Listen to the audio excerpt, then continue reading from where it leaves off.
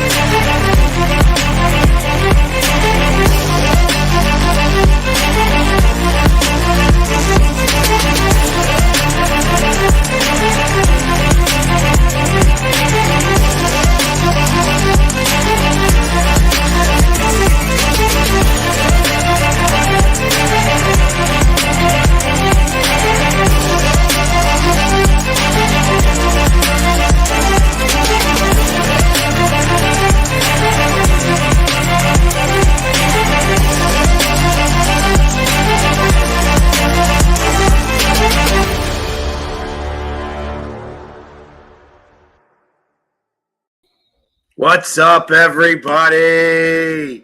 It's another NFC East show. There's only two of us here. The others are coming. Trust me, I think that they are. At least I'm pretty sure that they are. Everybody said that they were going to show up today, so we're doing that. Apparently, I didn't get the email. I didn't know we were starting a coup or something and showing up later. Yeah, well, I know one's on the road trying to get here as quickly as possible. He said he was going to be here a little bit late. The other one, I don't know what's going on with the other one. It's kind of like their franchise. They're always a little slow out of the gate. As I'm talking about my man Pork Rind, he still isn't here yet, but he'll show up here in a second, I'm sure. But what's up there, Sneaky? How you doing today? Man, I woke up this morning and then I realized something. Oh, there you are, True. How you doing? We are we at 30 days now till draft? Yes. We are 30 days from finding out what our future is as a franchise. Free agency is going crazy. Apparently, nobody still wants to feed the Zeke. And we're just rocking and rolling as of right now. And apparently, Philly, you guys have a lineman that's worth what, $30 million? Was it $38 million for a year? Yes. It was actually $30 million. My bad. The reason why is it's all deferred money. I mean, that's what they're doing. They're making space right now. That's right, because that was an extension. That wasn't his contract. That was his extension. Correct. Yes. And ultimately, they're just trying to move money around and trying to make it all worthwhile so that because I think they're going to wind up giving contract to our quarterback, Mr. Hurts. You're going to need it. Yeah, he's going to get paid next year. Yeah, I'm sure he's going to get paid. So that's not going to be any. There's going to be a lot of money that comes into that, without a doubt. So I had the exclusive. Well, first off, I don't know if you guys heard the news, but apparently since March 2nd, Lamar Jackson, granted it's not the NFC North or NFC East, but Lamar Jackson is requesting a trade from the Baltimore Ravens. I don't think any team is going to give up $230 million plus 2 first-round picks. I don't see that happen. Or I'll say, 2 number ones. I don't see that happening. anytime soon. Yeah, me neither. Yeah, I don't think so. But I mean, there are some franchises out there that are absolutely desperate for a quarterback. So, well, I mean, we'll see. We'll see what they'll be giving up. I mean, the Jets could go that route. Wait. They're not in the market for Rodgers anymore. What happened with that? I'm saying that if things were to go south, which is possibility, you know what I mean? Anybody can go. You know, this whole Rodgers thing is a weirdo situation in general. Yeah. So, I mean, I kind of believe that it might be, you know, if things go south, next thing you know is going to be, you know, might be Jackson time. Well, I mean, and that's another thing too. I think the Jets need to realize something. They just need to tell Rodgers, we're not the New York Burger King. You know, you're not going to have it your way. You can't give us a shopping list and tell us who you want. Who the hell is this guy? I mean, okay, let's be honest. Let's be honest. You guys already know how I feel about Aaron Rodgers. Okay, he should be on the next Housewives of Green Bay, and yes, he would be a diva. That's the kind of where I'm going with that. And it's just ridiculous on how he has to go in a cave for 4 days, come out of that cave to tell another team what you need to do, then go on Pat McAfee again to say breaking news, which it really isn't breaking news, to say his intentions are to play for the Jets.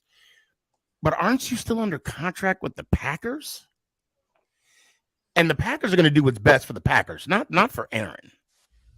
I don't know. Maybe I'm missing something. Somebody help me out here. Well, the way I'm seeing it is that, yeah, you're correct. Packers are looking out for the Packers. They're trying to get the most as possible.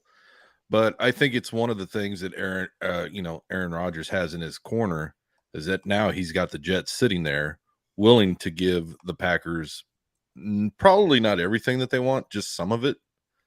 I don't know how much they're going to get, but yeah, even though he's under contract, I think that's why Lamar Jackson is doing exactly what he just did today. While Coach Harbaugh was coming out to speak, that's when he tweeted those that he wanted to trade it on March 2nd. That was cold. Oh yeah. Oh, that was cold. But you see, he's learning from Aaron Rodgers. Aaron Rodgers did it, and now he's doing it. So that I guarantee you that's what he's trying to get. He's seeing the clout that right now and the talk that he's getting, or that Aaron Rodgers is getting, he's looking for the same avenue. Philly, what are your 2 cents?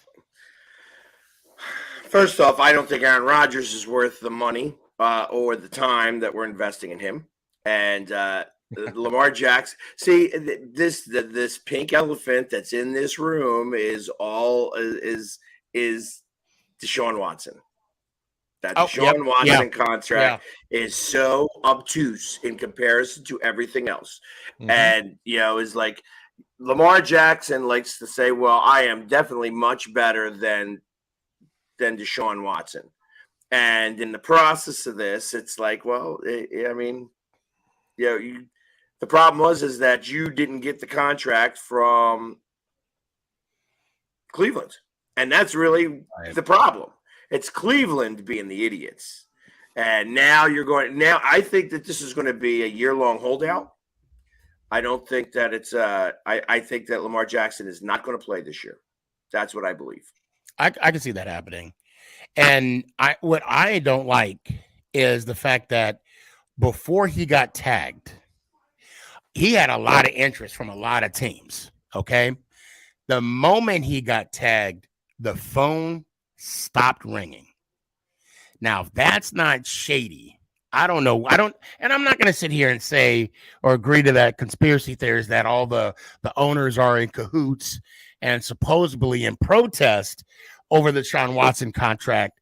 And this is how they're protesting by not, awarding, Lamar what he wants. Now, if I'm not mistaken, there was rumor that he turned down a 3-year extension for like $130 million guaranteed. The Ravens were going to give him 3 years, $130 million.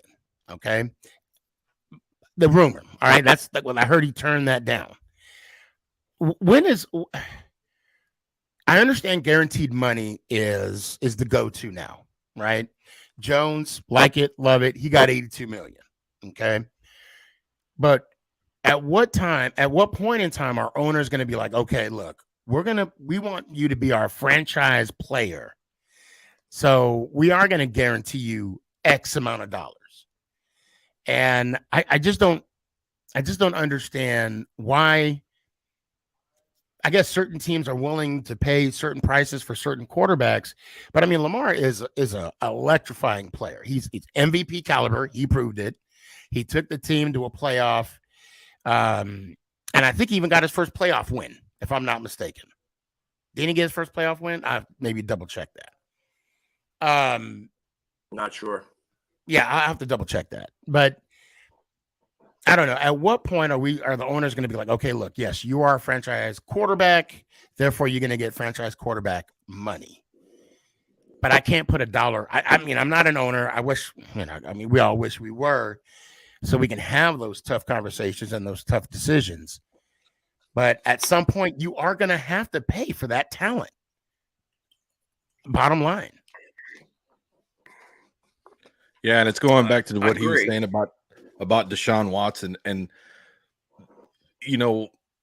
Cleveland was pretty crazy for giving that up, but the thing was they were also in the market for Lamar, and I think him not having an agent kind of hurt his chances this year on being picked up, by another team working those deals out, because he's having to represent himself, and not only that, the NFLPA having to come out and telling everybody who they can deal with, him directly only.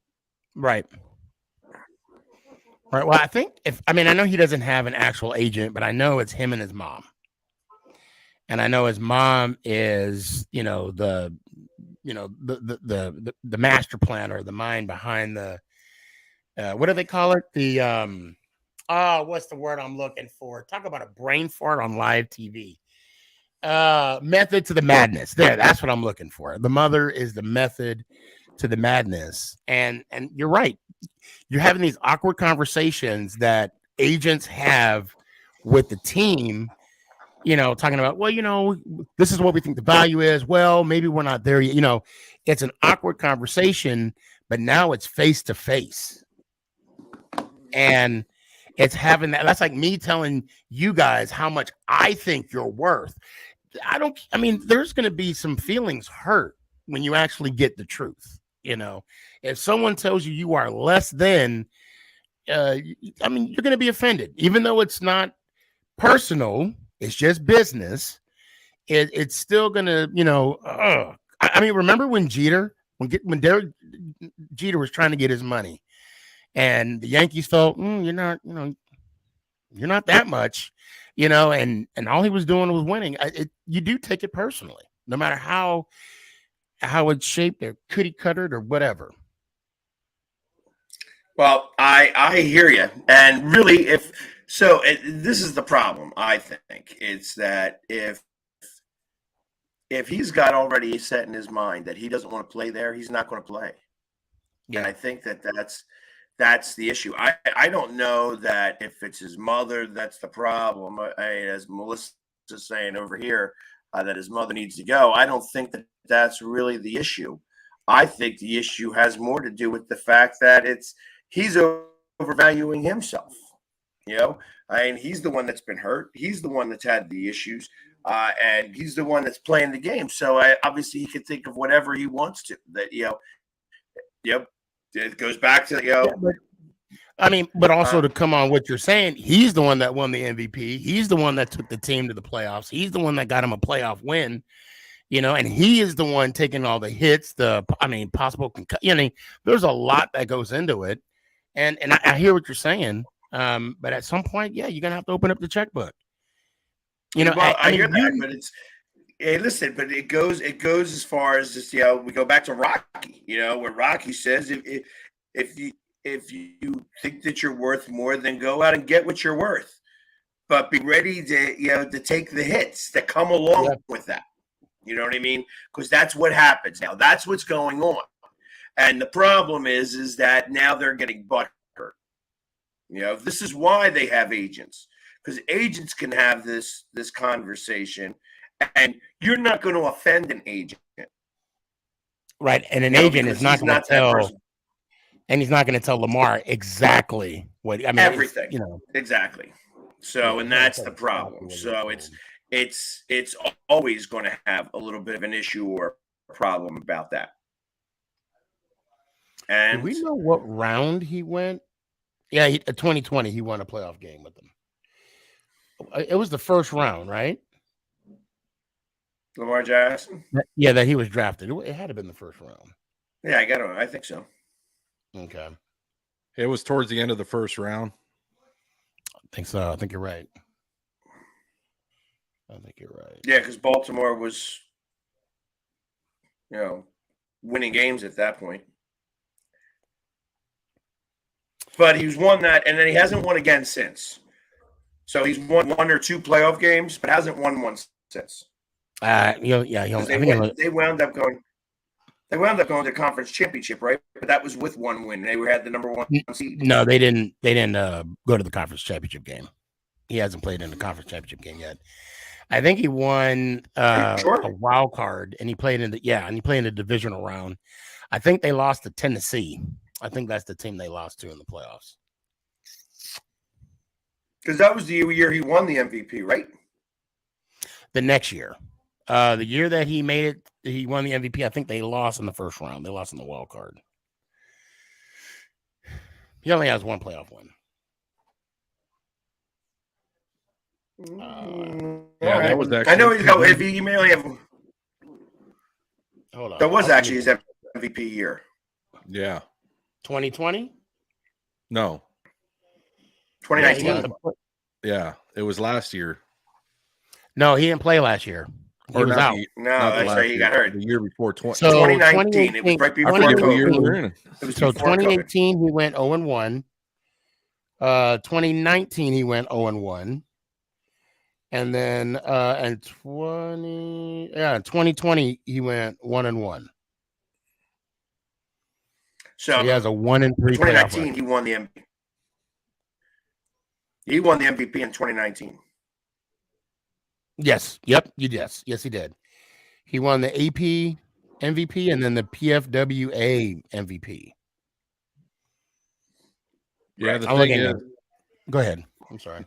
No, the thing is, with the MVP and all that other stuff and with the stats of the playoffs, that does come into some account. But again, his pride is going to be hurt, like you were talking about, when you hear other players get, and then all of a sudden you're not seeing what you think, you thought you were going to get. It's just, I mean, and then I see Melissa injury prone. It's 2 years in a row. These running quarterbacks are the same way. That's why the Buffalo Bills coach spoke out today that he can't see Josh Allen doing that any much further, putting his body out there on the line. Right. Yeah. I could understand the scrambling, but you got to make sure those passes come in. You're a quarterback. And was he or was he not hurt? Was he or was he not hurt scrambling with the ball, trying to get more yards? See that part. I don't watch the Baltimore games that much, so I can't really say if that's true or not. But I do agree with you. I mean, when I see Jones, leaving the pocket, and I mean, there's a piece of me like, rooting him on, getting that next down. But then when I see those linebackers, I'm like, slide. Our future is in your hands, literally. Yeah, and then when he's jumping over people. Right. I mean, when he got injured, was a couple years ago, and we were threatening. Oh my God, we were threatening in Cowboy Stadium. And when he went down, it was over. Legitimately over. Yeah, there's a lot of, I don't know, man. This day and age with the running quarterbacks, I get it, but the designs that are made for these guys, but you got to just take an accountability, your health, and don't go as far as you think you should trying to push it after you've been hit after the first point of contact. I understand you want to get the yards, but understand and know your limits. Right. So I you know, I want to backtrack a little bit because, like I said, I don't think this is going to end anytime real soon, and I'm interested to even think about whether we're going to get any resolution to the Rodgers situation before the draft. But we do have a draft coming, Yep. and there has been a little bit of conversation that Jerry Jones, as maybe one of the last things that he does before he relinquishes total control, is gets a quarterback for the future. Very well could be. Yeah. And that means that Dak is not the quarterback of the future. Now, Dak has been in the league for about 7 years now, right? Mm-hmm. And he has just as many playoff wins as Tony Romo does, who was also in the league for 9-10 years. So is there a move here? I mean, I understand Dak's under contract for another 3 years. Is that 2 more years? Is that something where they bring a quarterback in now to start this process and maybe drop Dak and eat the money next year? I would have to say most definitely you're going to bring in a quarterback or go through the draft and get you a quarterback. It is a necessity. Year 7, you're looking at the stability of him. Also, you're looking at, if you are going to get you a quarterback, you're going to have to train him up a little bit. So I'm going to have to say, yeah, you're going to have to draft a quarterback this round. Not early, maybe not early unless one's sitting there, but I wouldn't take one, higher than the 3rd round right now. Obviously I'm not a Cowboys fan, but I'm going to say the fact that McCarthy's calling plays this year, I wouldn't be shocked if they don't, because I think McCarthy, the clock for McCarthy is starting. And it started the day that Kellen Winslow went. Yes. Oh, no, I agree with you there. But okay. I'm shaking my head. I'm shaking my head for a different reason. Oh, okay. I feel for that reason, for the exact reason you're saying, is the reason why he may want a quarterback. See, I'm thinking the fact that, that because Kellen Winslow is gone and because now he's calling the plays, you're going to want someone that is already experienced with the offense. I mean, now maybe year 2, if McCarthy makes it year 2, I could see that, but I don't. But I do agree with you, True. It's going to have to be in the later rounds. It's not going to be maybe, as a matter of fact, it's not going to be the top 4. I'd be shocked if they dropped the quarterback in the top 4 rounds, but the last 3, I mean, if there's a kid that they like and he's still on the board later in the rounds, yeah. Because I believe that's going to be a wasted pick if they take a quarterback, even earlier than that. Yeah, I don't see it happening. The Cowboys, it's usually 4th round and down from them. So, and that's going to make me bummed out because I have a feeling, I have a sneaky suspicion that they're going to take that. Yeah, that's funny. That they are going to wind up taking the guy that I've been touting all draft, Tyson Bagent. And if they do wind up taking him, I'll be bummed about it because I won't root for him then. But like I said, I have been kind of rooting for him throughout the process, and I was hoping he was going to be able to elevate his stock at the combine.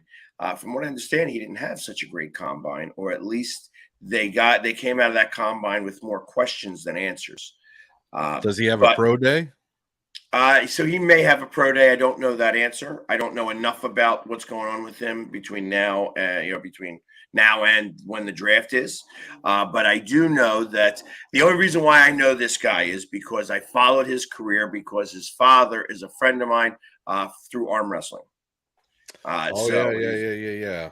So he like set every Division II record and has done a lot with just with what he's had and who he's played against. Yeah, And I know that they invited him to the combine, which was a big deal. You know, it when you was. get invited to the combine as a Division II player, you are expected. And they have him listed right now as a 5th round draft pick, which Yeah, is still amazing. You know what I mean? When you're thinking of Division Division II. II, for a Division II player to be a 5th round draft pick, that's still way above what's normal. Yeah. That being said, though, it's that makes me think that he's going to wind up going to the Cowboys. I did see that special on NFL Total Access with him going across and giving his side of who he was and his dad and the whole 9 yards, and it's a great story. And from the highlight reels I was watching in his college days, he was having some pretty passes. Yeah, So, that's what I'm saying. When you it's funny because he didn't have such a great combine, and that could have been with nerves. You know what I mean? Now you're around everybody. You know what I mean? Where you're not around your team. So there could have been a lot different nerves that are going on and so on and so forth. But I think this kid's got the skills. Mm-hmm. You know what I mean? And of course, his father being an arm wrestler, he's not just an arm wrestler, but he's like one of the loudest mouthed arm wrestlers. So he brings the WWE portion to arm wrestling. Nice. And that's kind of part of what is like, all right, yeah, this is that makes it fun. So he was talking him up that he was going to be a number 1 draft pick. So I know he's going to be there in Kansas City to watch the draft. Like he's going to be one of those people that are going to sit there at the draft and see when his son gets picked. So I expect to run into him there, and I expect to, I've never met Tyson, but I mean, you've heard me talk about him frequently enough. Yeah. So I have been a big proponent of him.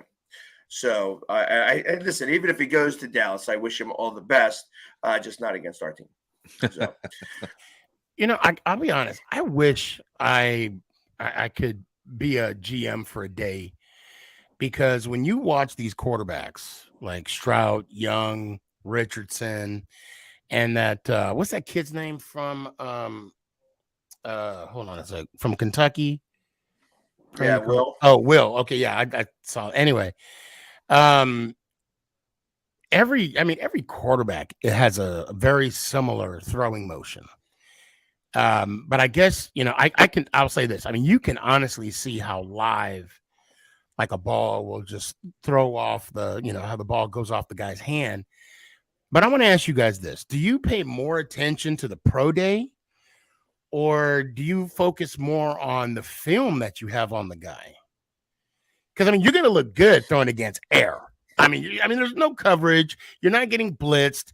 You got your favorite receiver. You got the chemistry. I mean, there's a lot of things that go into play in a pro day. And if I was a GM, and I'll give my answer before I throw the question out to you guys, I want to see the player in action. I want to see the player in certain football situational football to where he has to come up with that play. Almost, I don't want to say Tom Brady like, but that's how I want to evaluate the player. Like, what do you guys think? Pro day or tape? You can only pick one. You can't pick both. I'm gonna say, being that pro day is only one time, that's gonna be it, because I have enough tape on him. That's why I'm gonna go visit him. My biggest thing that I'm gonna be looking at is his motion, but I'm gonna be looking at his footwork. I'm gonna be looking at the routes that are being ran. I'm gonna see his footwork to make sure it's in sync with what the receiver's doing. Because oftentimes you look at these pro days and you even look at the combine and you look at some of these throws, you can tell, that the quarterbacks aren't comfortable enough with what they're doing, and it's all in the footwork. Mm-hmm. Whether they move their feet correctly, and what I mean by that, whether they drop back enough or they just leave it to the arm to do it. And you can see some of these throws that are just so high, so far, and instead of focusing on getting the ball to the receiver. And that's another thing, that I hate seeing that when they overthrow a receiver, and more yet, I hate it even more when it's underthrown, when it's just a one-on-one drill. It just makes no sense. So I'm going to have to say it's pro day. Philly? I mean, it's just such a ridiculous question. I mean, it's an honest question. I'm just being, because to me, I think the pro day is. I think that you go to the pro day specifically to ask various questions and to see very specific things. You've already watched all the plays. You have seen all of the tape. The reason why you're going to the pro day is because you're trying to assess your final decisions.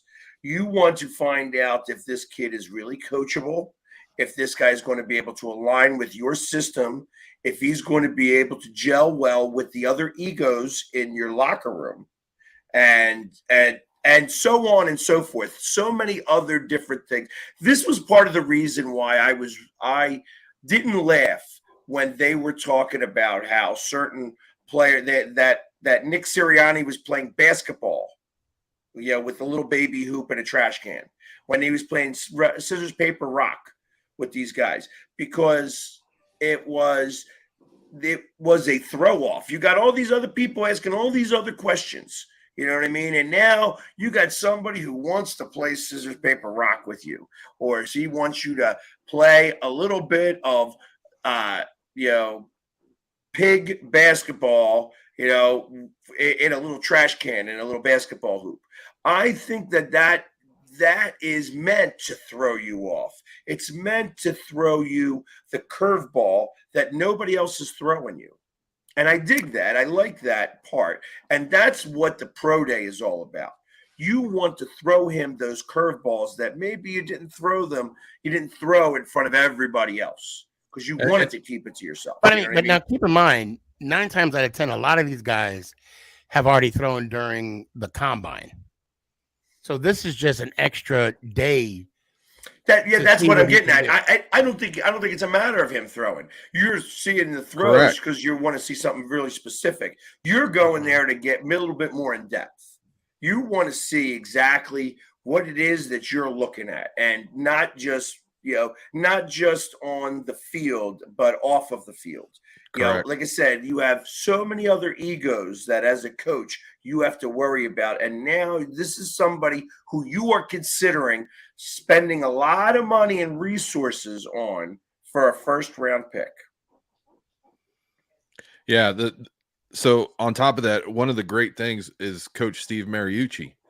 He, the way he does it with the whiteboard and everything else like that, how he starts talking with the guy, conversing. He explains a play, tells him exactly the lineup, the whole 9 yards, but then starts having a conversation. And then towards the end of the conversation, he says, okay, so show me that play we just talked about before we started. So it's one of those things where it is a mental state, and you do go into those pro days asking those types of questions to see how you guys mesh and how he would mesh with the other teammates. But again, it's just, that's what these guys are there for. I mean, you look at all the head coaches that are going around, assistant coaches, everything else, and that's what they're basically doing.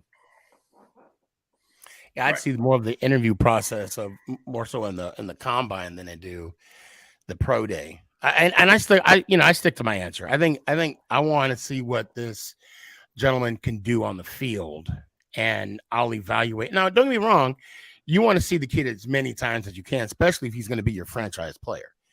I mean, if Carolina's going to get, who is it, Stroud, first overall, they want every little increase of what they know of the guy, from the time he was born until the time his name's called, next month. Yep. I get that. But at the same time, I want to see what the man was able to do on the field. And, from what I see, I'll be honest. I think Young, he was from Ohio State. He was the one from Ohio State, right? Because Stroud was no wait. Yeah, I think. Young was Alabama, right? Alabama. Okay. Yeah, Young. Wait, I'm confused. The one that played in the semifinals, I think Ohio State, he showed me a lot. And I like the kid. And I could honestly see him going first round, just the way his quick release and, like you said, the footwork I noticed in the pocket, just a couple throws that he made. I mean, this year is going to be a pretty good quarterback draft, I believe, in a long time. Oh, yeah. Yeah, my favorite QB right now out of the draft in the top 10 is going to be the kid from Florida Gators. Mm-hmm. I mean, that kid, he's got the arm. Is he going to the Colts? Yeah, he's got the foot speed. I mean, he's got everything you're asking for in a QB. He's got the size. He's got everything. Except that he's from Florida, right? That's the problem. Because Florida quarterbacks are T-rash. That is so 1985, but okay.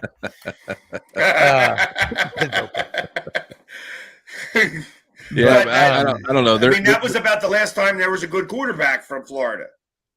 Well, I wouldn't even. Oh, Danny Warfel had a good NFL career. I couldn't do it with a straight face. I tried. I thought you were going to say Tim Tebow. Yeah, Tebow. At least he won a playoff game. Yep. Yeah, he did. He's won a many. In fact, he's won as many playoff games as Dak Prescott. No, that's not true. Dak won too. Yeah. But I mean, have you guys heard anything more on the free agency on your guys' side? I have not heard much of anything for free agency at this point. At this point, I figure teams are now waiting for the June 1st cut. Yeah. Yeah. Or you'll start seeing some trades again after the draft, during the draft, and after during the draft. Yeah. I got a better understanding of what the tag was like. So basically, we tag Barkley. We have an opportunity to get a contract till June. That's the extension portion of it. And if not, he signs the tag for $10 million. But hopefully we can get something worked out. And then, if not, next year we could probably put something in, all I see when you said that is John Candy going $10 million from Brewster's Millions.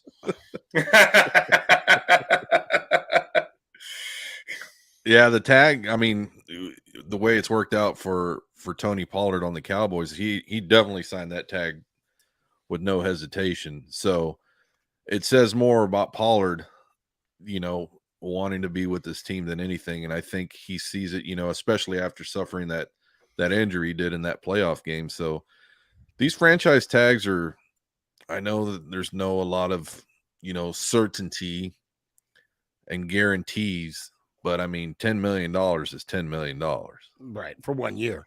For 1 year. Now I got a good question from Mike, and I only know of two, but are there only two types of franchise tag? Three. Franchise tag.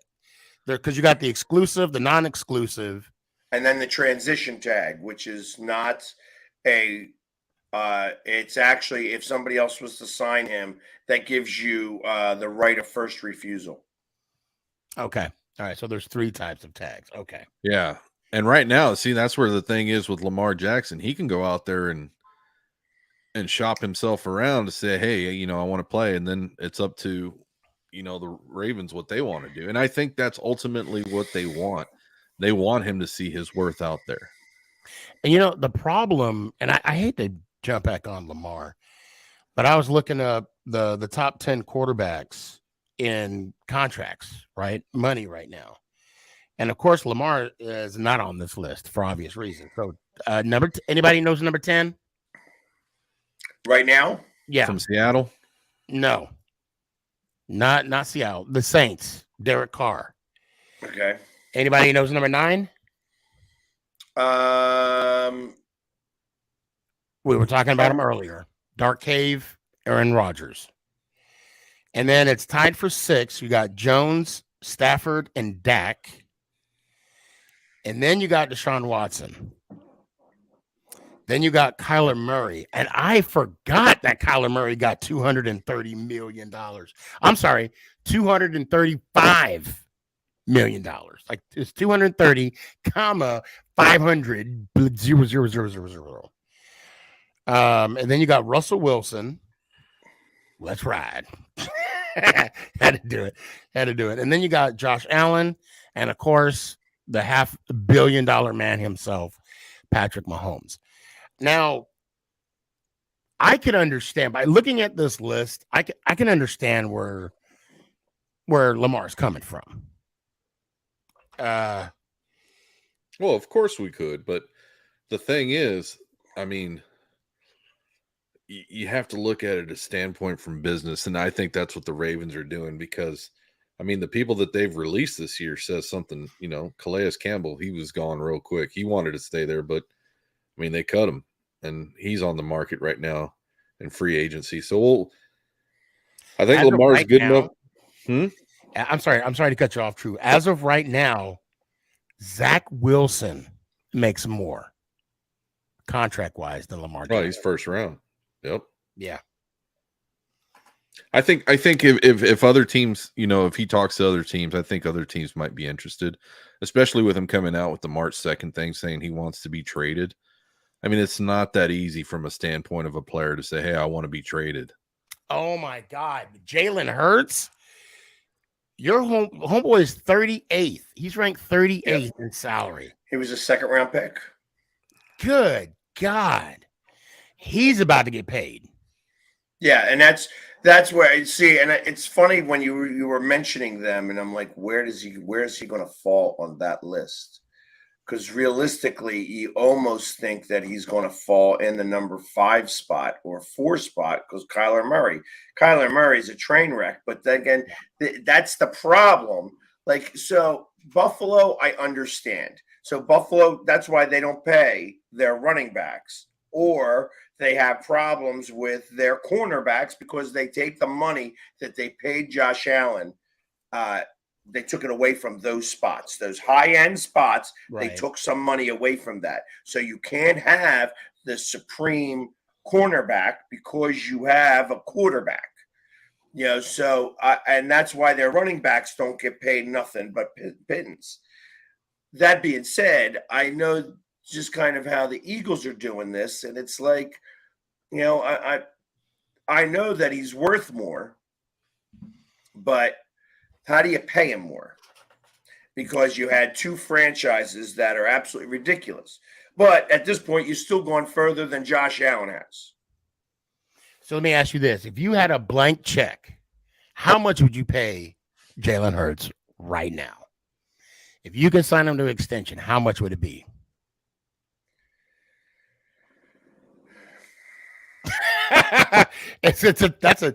Because look, Jones, I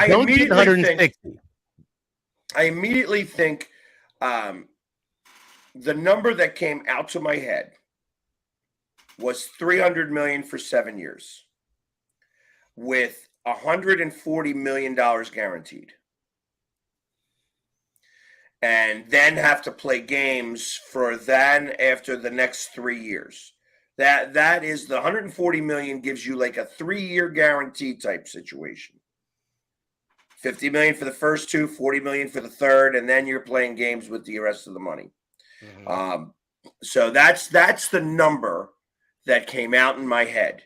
$300 million for 7 years. That's $40 million a year, $45 million a year, kind of. And that would still be in the ballpark of a franchise quarterback pay. Oh, that is franchise quarterback pay. Yeah, I don't see any reason why it's not. Yeah. If you look at that, because even though on paper, it says Jones is getting, $160 million for 4 years, which would equal up to, No, 40, it's the guaranteed money. It's the guaranteed money. It's the guaranteed money. Plus, it is so incentive heavy on the back end of the deal. He has to play well in those first 2 years. Now, would you give him that same type of? That's what the 3 years you were talking about.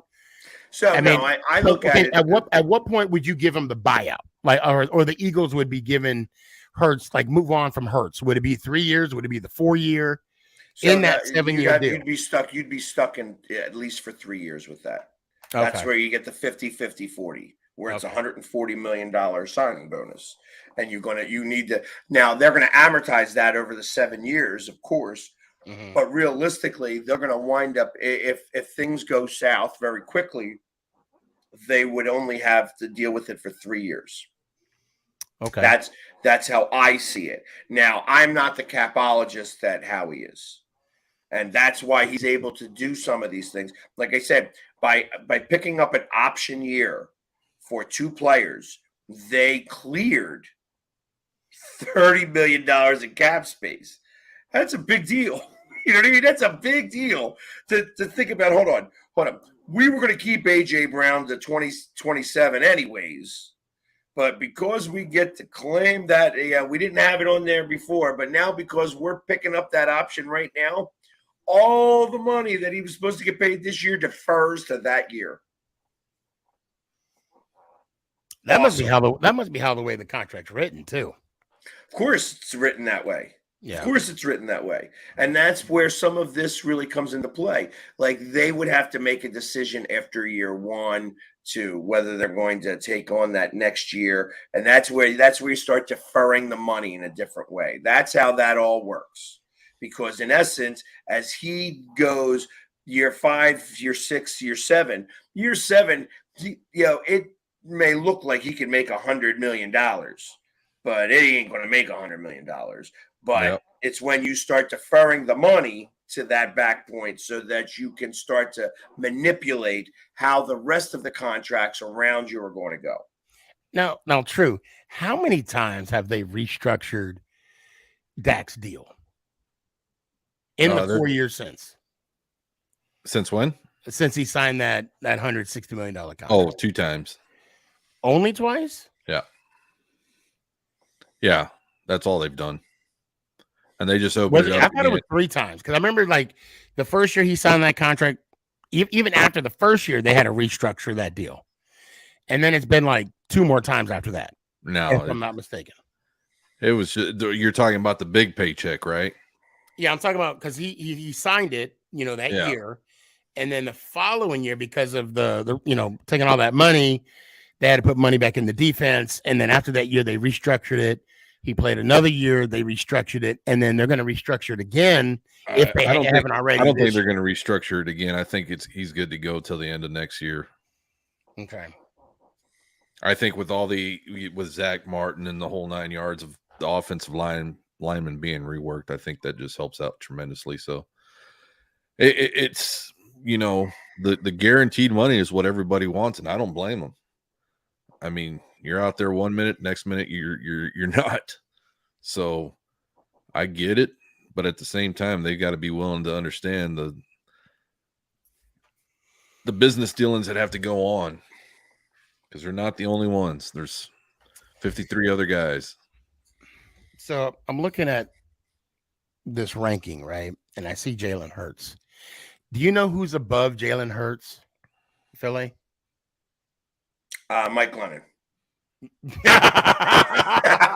Oh, that's so bad. I should have known better. No, your last Super Bowl MVP for the Philadelphia Eagles. Oh, Nick Foles. Yeah, because he's still getting paid part of the money that Jacksonville started with him. Right. So I mean that's all that came out to be. So he's going to get his. He's going to get his, and I'm sure he's being patient. And this I'm just like, look at this. With Case Keenum, Colt McCoy, he's getting paid. Your guy getting paid backup money. Well, he was a second round draft pick. Oh. So, and he got, that's the deal. That's what happens. That's why Zach Wilson's getting paid so much money, because he was a second pick in the draft. First pick gets certain amount, second pick gets certain amount. When you get down to Lamar's number, you're not getting that type of money. So it's like the first 5, I think, or really it was number 1, which is the reason why San Diego had to take Eli Manning in the first place. They knew that they weren't going to sign him. They knew they had to work out a trade for him. But that's the way it had to work, because he was going to get number 1 money. Right. And they were not going to trade with the Giants beforehand. Yep. You know what I mean? So that was the issue. So that's why that worked, because he was still able to get first pick in the draft money, and Rivers was able to get the contract he was, but it was a 5-year deal initially for a lot of money. Same thing happened with Zach Wilson. And it's not just quarterbacks either that get that amount of money. It's who's ever in that top 10 gets top dollar. Oh Right. yeah. Oh yeah. So that the guys that you guys who you got at number 5, I mean, he has to be making 16, 17 million.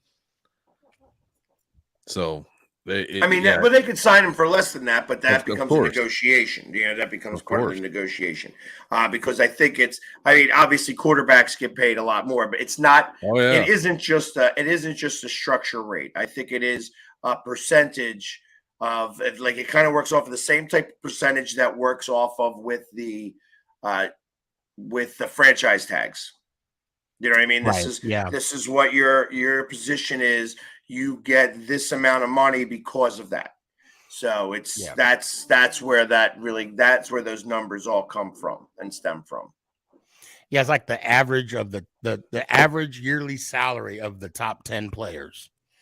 And that's where they get that call. That's how come it made better sense to sign Jones to a long-term deal than tag him. Because even if we tagged him, he'd be $32 million. Yeah. So we might and I think Zach Wilson, I think he's in the $27 million range when he got drafted. So I could look back. Hold on. But that's the type I'm just saying yearly. Oh yeah, most definitely. But you look at the dollar figures, and it's just amazing how much these guys are. Who's ever number one, if he's a QB, it's probably at 29 million this year.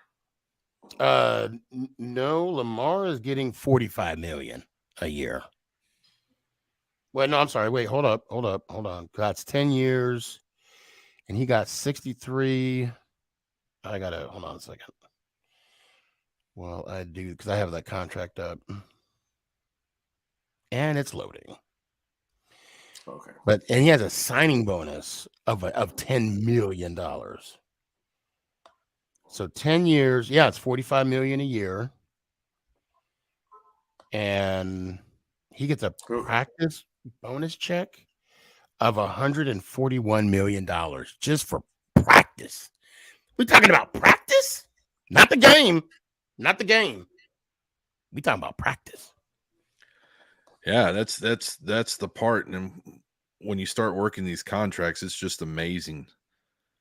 It's just amazing that we have insight to this stuff. Right. Yeah. And what's even more amazing, what we see is not really what they're getting either. Of course. Because we're not taking off that 9% that their agent gets. And you're not even including the endorsements. And the endorsements, yeah. Yeah, I mean, State Farm has got Mahomes, probably giving him just as much money as that contract is. I think he probably owns half of State Farm right now. If I'm paying that bill.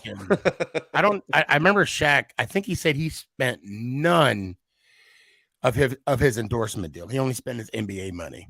That must be nice. Yep. Right. Well, the story probably still spending it like that. Well, yeah, it's amazing. Today's story was Ken Griffey, 9th highest played Cincinnati Red this year. Ken Griffey Jr., $3.9 million. Still getting paid more than most of the other people. Hey, Bobby Bonilla is still getting paid by the Mets. He's probably somewhere on that. That agent is legendary. Exactly. And it's like June 1st, $1 million. Every June for doing nothing. Oh. And it's what, till 27, right? It's to 2027. Yeah. Yep. And those are the kind of things you need to work out, even in the NFL. I understand this guaranteed money. Make sure you get guaranteed money after you're done. Right. Yeah, let me get it 5 years after I'm done playing. Yeah. Yeah, you were asking about Zach Wilson. Apparently his total contract was $35 million. Right, and he was the number 2 pick in the draft. Yep. Yeah. So, I mean, that's not too bad. He's got $35 million for 5 years, so that's $7 million a year. Yeah, and now he don't. He's like, what was he booed out of the state now? I think he's still under contract. But he's still under contract. They can't drop him just yet. Well, Actually, if you drop him, if you drop him, you eat all of it. Yeah. Yep. You're right. That's how much dead space he is. Yeah. Yeah. What's funny? What Or was dead it? cap. In February or so, he was saying, "I'm going to give anybody who comes in here competition." Right. Yeah. Yeah. We'll see that. You might have to go in a dark cave with Aaron to compete with him.